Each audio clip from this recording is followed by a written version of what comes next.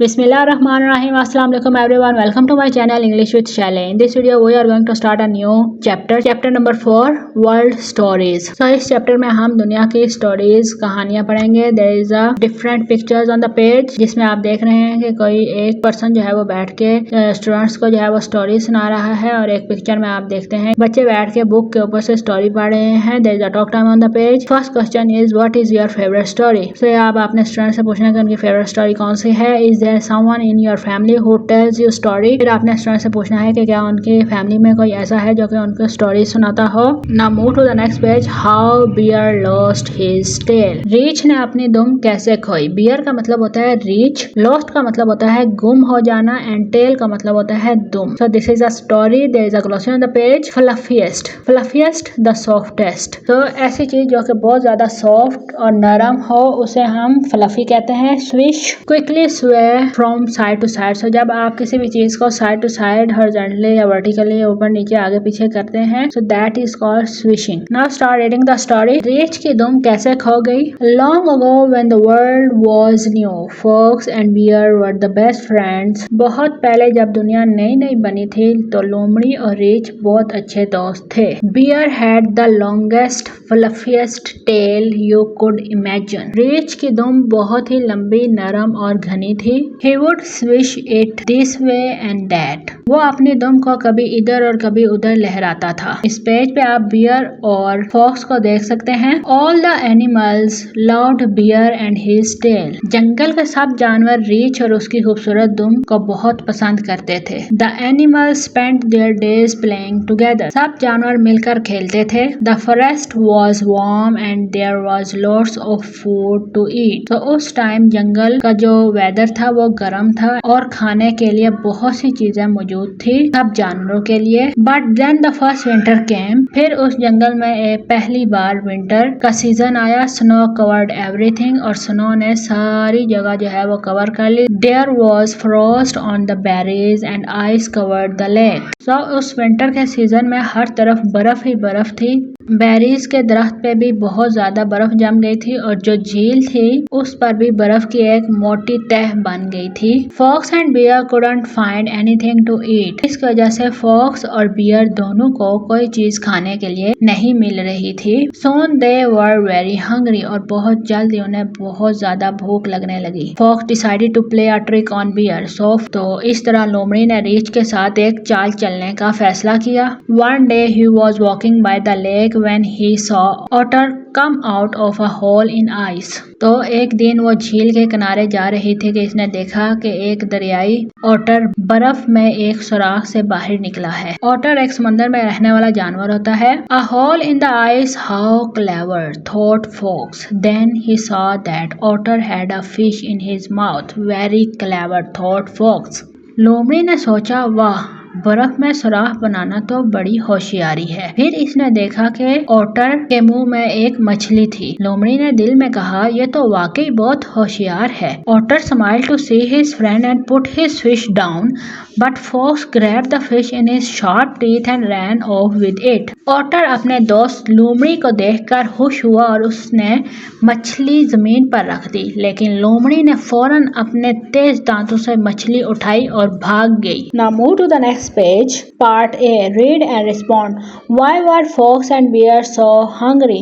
Fox और bear इतने ज्यादा भूखे क्यों थे? The answer is they were hungry because it was winter and they could not find any food. वो दोनों इसलिए भूखे थे क्योंकि सर्दियों का सीजन आ गया था और उन दोनों को कहीं से भी फूड नहीं मिल रहा था. Part B.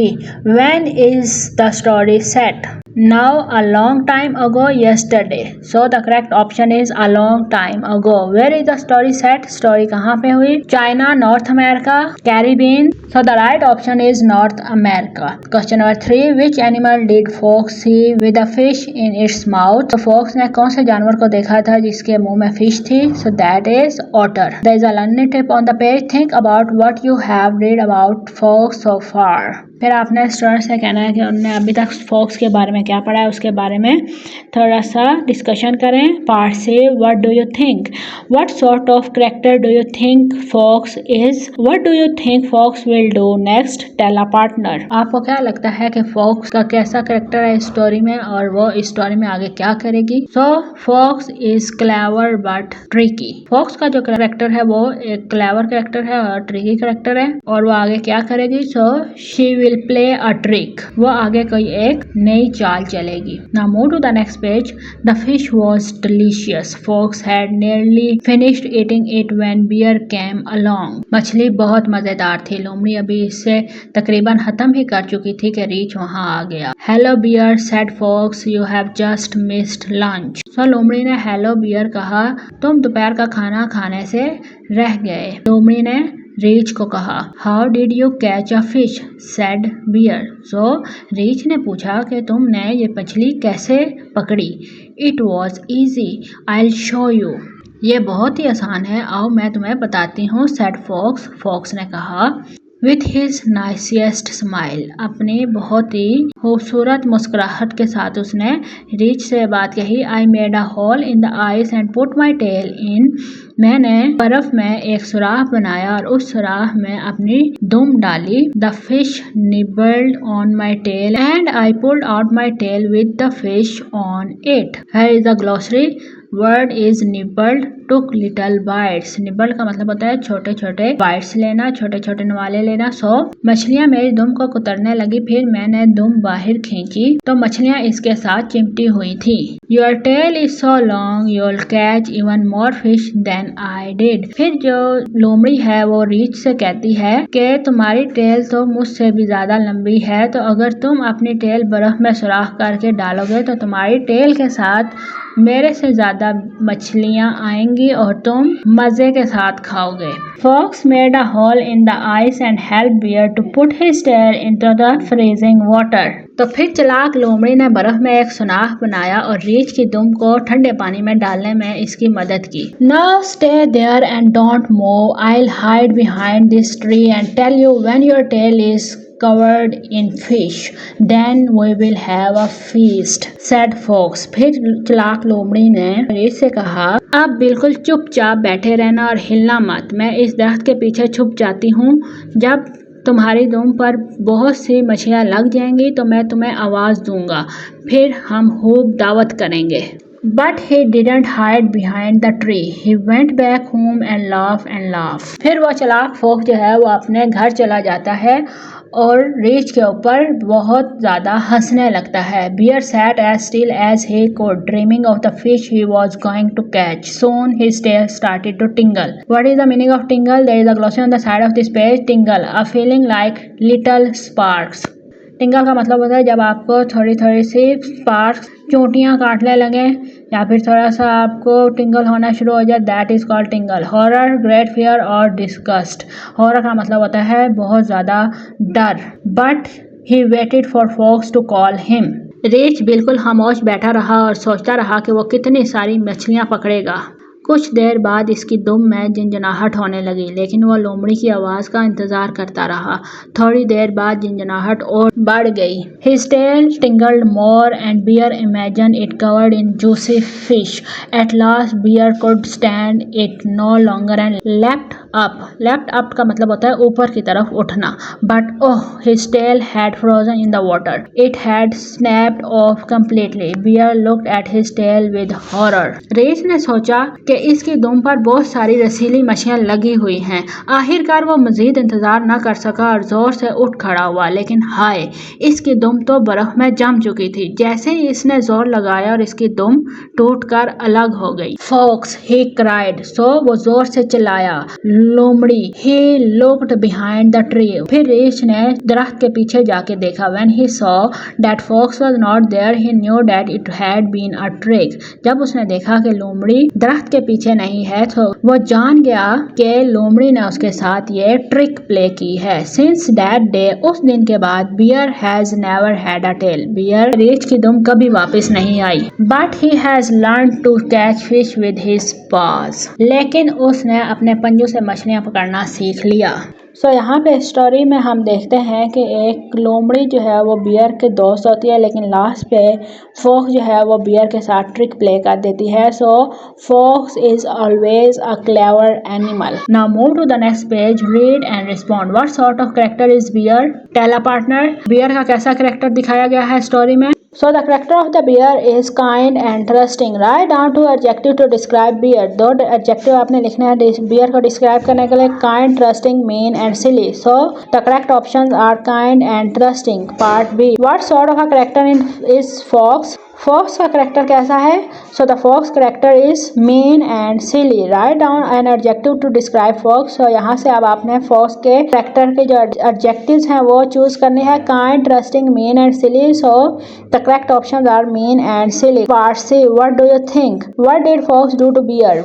फॉक्स ने बियर के साथ क्या किया था?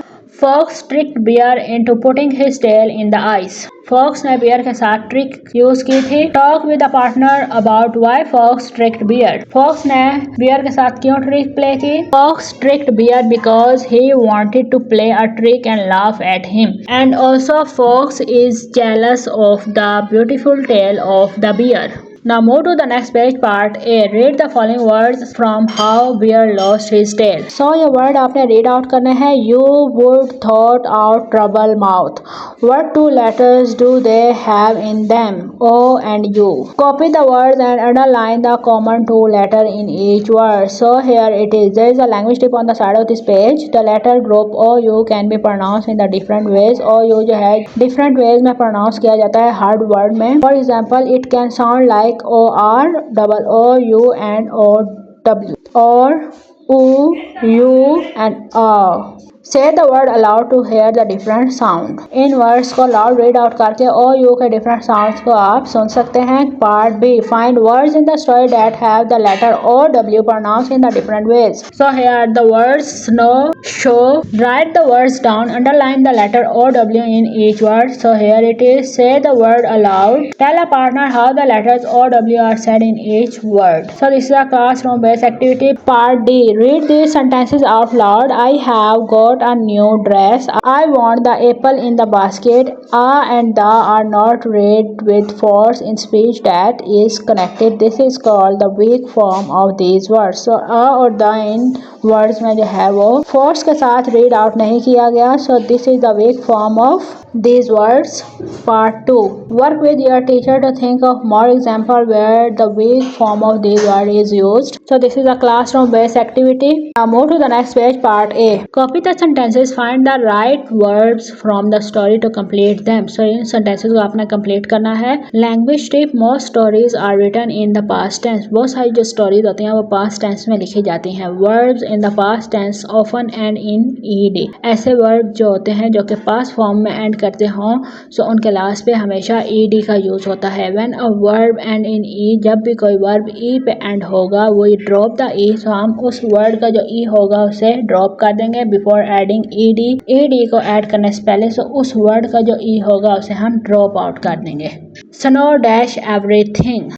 Snow covered everything. Fox dash to play a trick on bear. Fox decided to play a trick on bear. Part B. Rewrite the following sentences changing the verb into past tense. So यहाँ पे sentences जो आपको दिए गए हैं इनके जो verb है उनको आपने change करना है. The animal play together in the forest. So यहाँ पे जो verb है वो है play.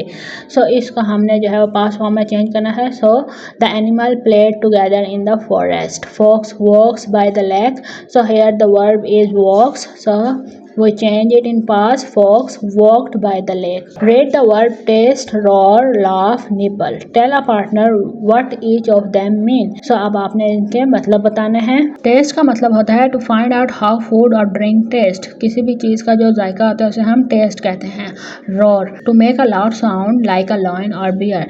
जब जैसा lion और bear एक ऊंची आवाज निकालते हैं सो उस लाउड साउंड का हम रोर कहते हैं. Laugh, to smile and make a happy sound. जब आप हंसते हैं तो उसे कहते हैं laugh. Nibble, to take small bite. जब आप किसी भी चीज के छोटे छोटे बाइट्स लेते हैं that is called nibble. Choose one of the words to use in a sentence. Write the sentence in the past tense. So the sentence is I tested the soup. Part D. Sentences that tell someone to do something are called command. For example clean your room, work in pair using the help box. So ऐसे sentences sentences जिसमें आप किसी को command दें, जैसे कि अपना कमरा साफ करो, clean your room. So this is a command sentence. Use and respond to simple sentences showing command given below. Can you think of more ways to respond to this command. So यहाँ पे आपको command दिए गए हैं। Situation, you want to tell the children to take off their dirty shoes. So यहाँ पे आप command देंगे take your shoes off. The children wipe their hand on their clothes. You want to tell them to change their clothes. So यहाँ पे आप लिखेंगे change your clothes. अगर आपको ये वीडियो अच्छी लगी है तो इसे लाइक, शेयर और मेरे चैनल को लाजमी सब्सक्राइब करें। तब तक के लिए अल्लाह हाफिज।